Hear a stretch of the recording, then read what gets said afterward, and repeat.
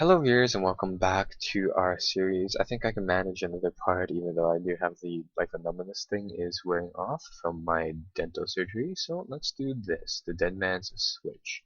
Your plane hits the sea tarmac with a jolt. Welcome to Seattle. The chilly northwest rain obscures your vision as you step onto the tarmac. Before long you are sitting in the cramped backseat of a cab following the signal from Sam's locator chip into the heart of Redmond Barrens. Organ grinders, a legal chop shop for body parts, whether from the living or the dead. If you're hurt bad enough for what I presume to be the currency in this is a place to sell a limb or an organ. It's also a good place to dispose of an inconvenient body on the side to make a little bit more cash. This franchise is the closest thing to the Barrens has to a morgue, so it looks like we're just going to have to go there and retrieve Sam Watts' body. Okay, so let's see what's inside here. Gotta say the animations are really smooth inside this, as well as the camera motion. I'm in the back, says the little, what do you call those things, the communicator things. The smell of death and decomposition wash over you. It looks like the only person working here is what appears to be a dwarf or a midget. Let's talk to him. Hovering over the recently departed is a small dwarf hovering over the recently departed is a small dwarf whistling a tune. His broad grin says he loves his job, so let's talk to him. Tristan says sorry he didn't expect any visitors at this order, and some asshole at corporate took his receptionist, so he asks us what he can do for us. Well, we ask him, is he the coroner? He says he is John Dresden, the organ grinders branch manager here. So he says, yeah, this makes me the franchise's person, and we are, well, we're going to say that we are John Doe and we represent a man named Sam Watts, and we are here to look into his murder. I'm not necessarily sure how the charisma and the etiquette system actually goes on into the dialogues here, but I would assume that if we choose like very formal sounding things, I guess our corporate etiquette will play into that role. Anyways, Dresden here frowns. He appears to be upset due to Sam Watts' case here, and he asks us what makes us think that he is here. Well, we're going to tell him that he has a locator chip embedded in him.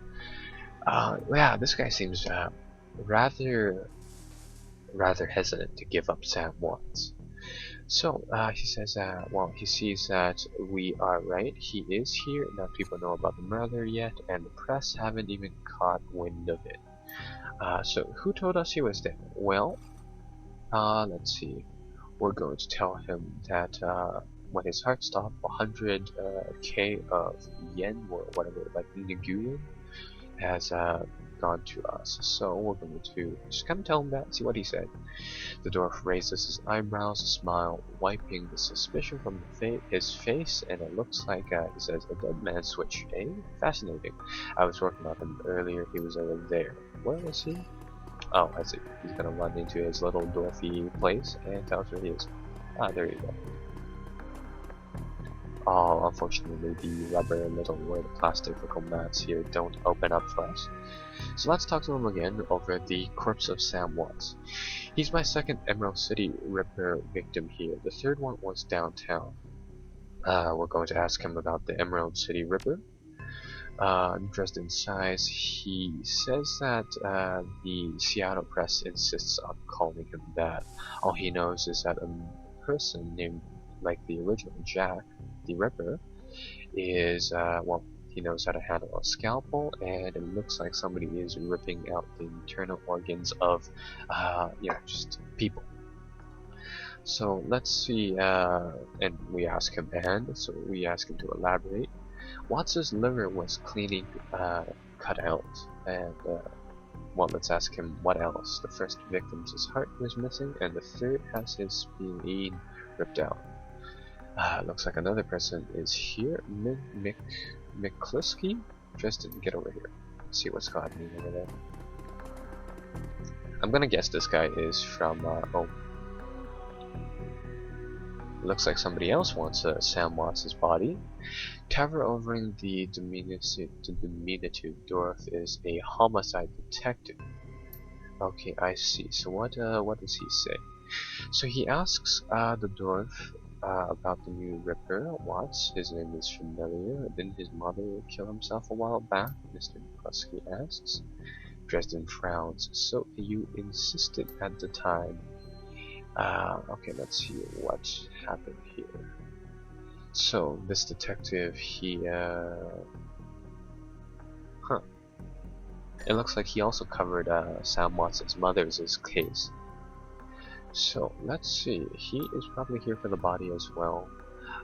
Dresden says that the killer stuns his target with a combination of drugs and magics and removes a single internal organ while they're alive. And then he says that the perpetrator is most likely right-handed with a slim hand who knows his way around with a scalpel. He has a decent understanding of human and meta-human autonomy too. So we're looking for a whacked-out surgeon? Asks the detective. Dresden says not necessarily. He doesn't know any surgeons who use scalpels anymore. Nowadays it's all done with technology and whatnot. He could be a military field surgeon or an antique medicine aficionado.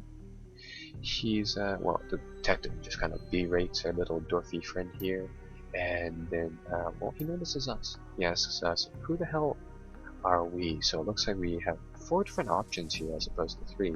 Unfortunately, we don't have enough strength to pass the little challenge here.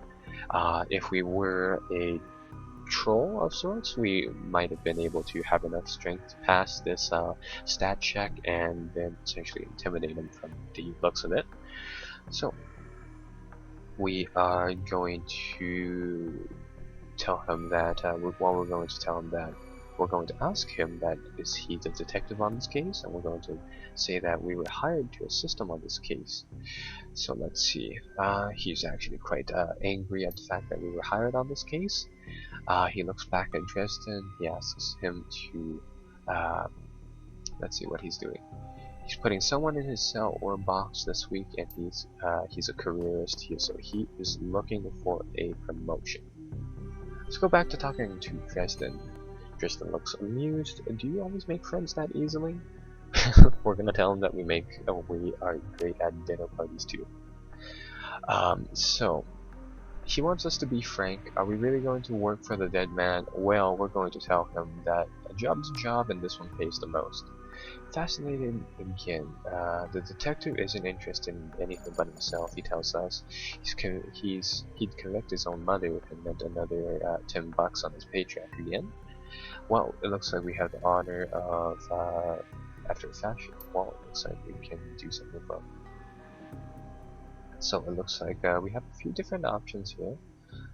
Let's see. Let's ask him where was Sam killed. I'd rather not do as much dialogue, some of the flavor dialogue right now, simply because I do have that numbness and it is wearing off fairly fast. Let's see. He looks up at us for a moment and then begins speaking. I might be able to do you one better. Why don't you poke around those body lockers in the back and find if you see anything useful. We're just going to ask him again, do we know where the motorcycle is? He says nothing, but a sly smile plays across his face as he turns back to his work. So it looks like we have a new objective. Open up the morgue lockers right here. Basic trauma kit. Ooh, good. Basic med kit. Okay, so we do have a few healing items. That's good. From the looks of it, we're going to use a little bit of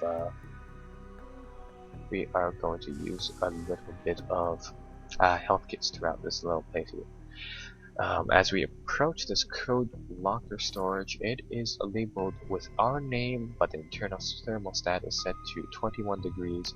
We're going to walk away from it, and we're going to just kind of come over here, see if there's anything else to look around, because it does have our name on it, and obviously if that happens in a morgue-like place, that is a little bit creepy. But it looks like there's nothing else. Oh, trash can. And Sam Watts' body, so let's take a look at those two things. Where no, this isn't a trash can, it's a little tabletop. Let's take a look at his body. Sam's body is half covered with a sterile surgical sheet. His face is ashen white and for the first time without a smirk on it.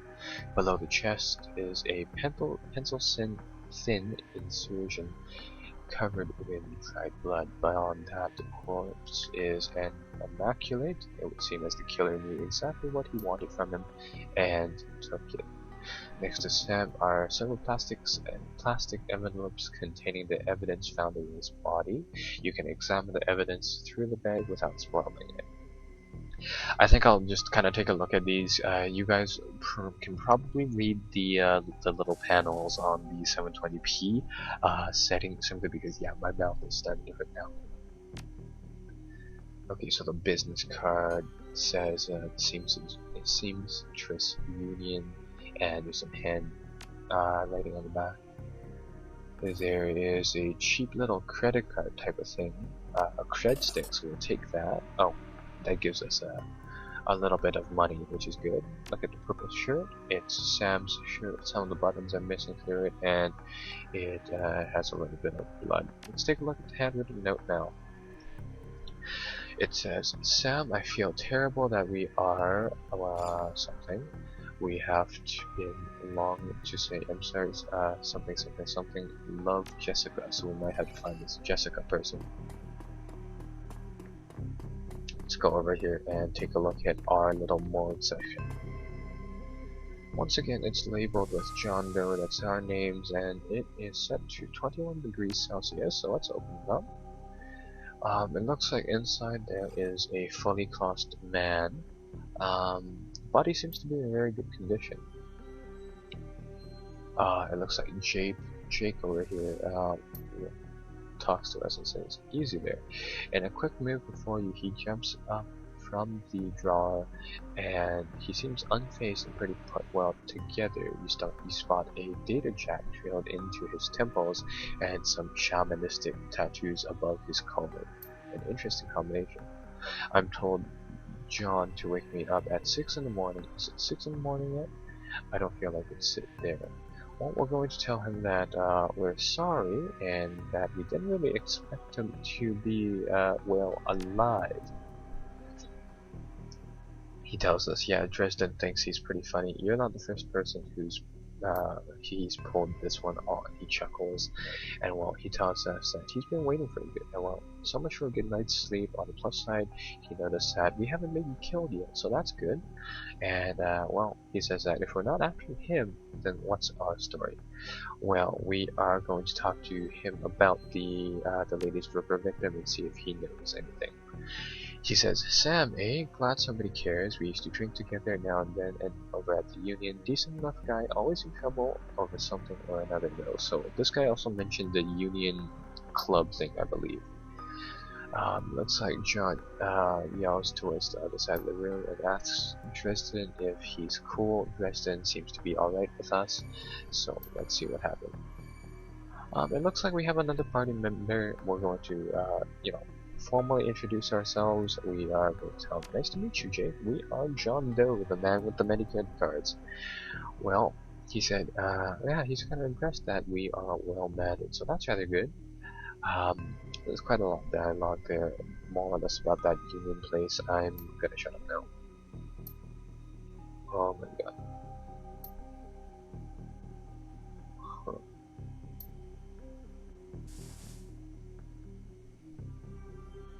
Okay, let's see. We're just going to ask him if he knows anything about his death, about the death of Sam, and it looks like they found his body away 1 block from the Union, and then yeah, that's pretty much about it. He then goes on to tell us that it looks like we can handle ourselves in the fight and he could use some backup in settling a score with a rival gang. So let's go and throw down. Well, what do we say? Well, let's say that we like a little bit of street justice now and then. So let's go and take those guys down. Let's see where they are. So do we need a weapon? Yes we do. We do need a weapon. I think we had shotgun or a SMG speciality, so we're just going to go with the SMG, and then yeah, let's go and fight those gangers. We can leave whenever you're ready. So I presume that we actually have to get out the door to end this part. So let's go.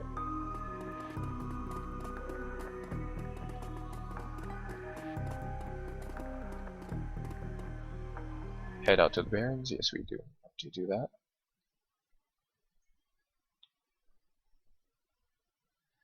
The Redmond Barrens running the you know what, you guys can read all of this. I am absolutely exhausted from reading all those things. Let's just get into the fighting. My stash is just around the corner inside the alley, so let's find that alleyway and go into it. Oh, I see, we even have this little mini-map thing to help us out, that's good.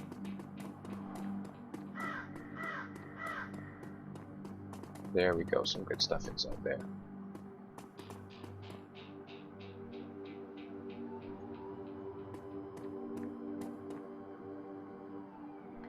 Hidden inside the garbage is a high-tech safe. We're going to open it up with Jake's card here, and we take to get the stuff inside there. Oh, I see. So these are the Halloweeners gang's members. So it looks like we're going to have to take them down by a notch.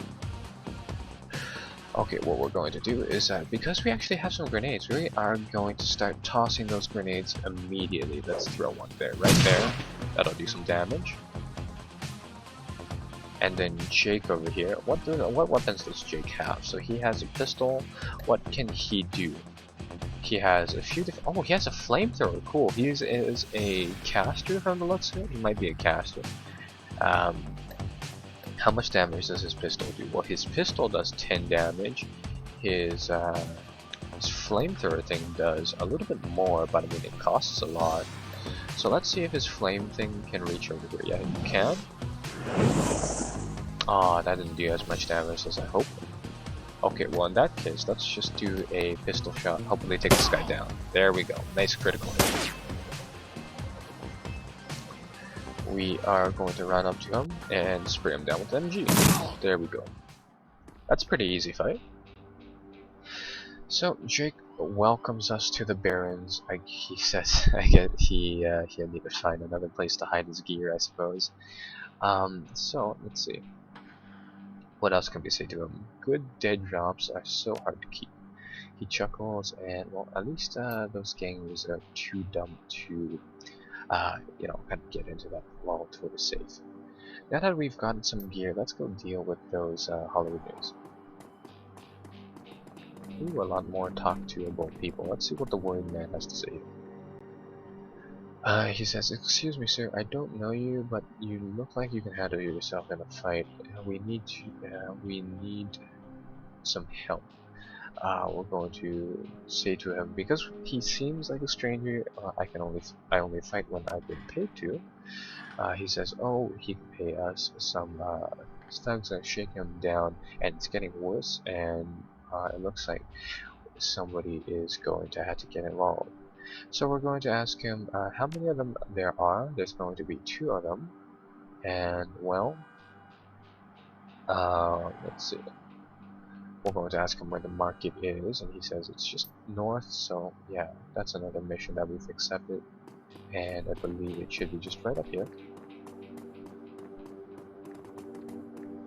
Commerce is like a weed, taking root in the cracks and crevices of the world wherever it can. A small street market has flourished here amidst the crumbling buildings of the Redmond Barrens. Okay, so I think the little store was over here. Was it? Let's see. So we do have this quest, and we do have that quest.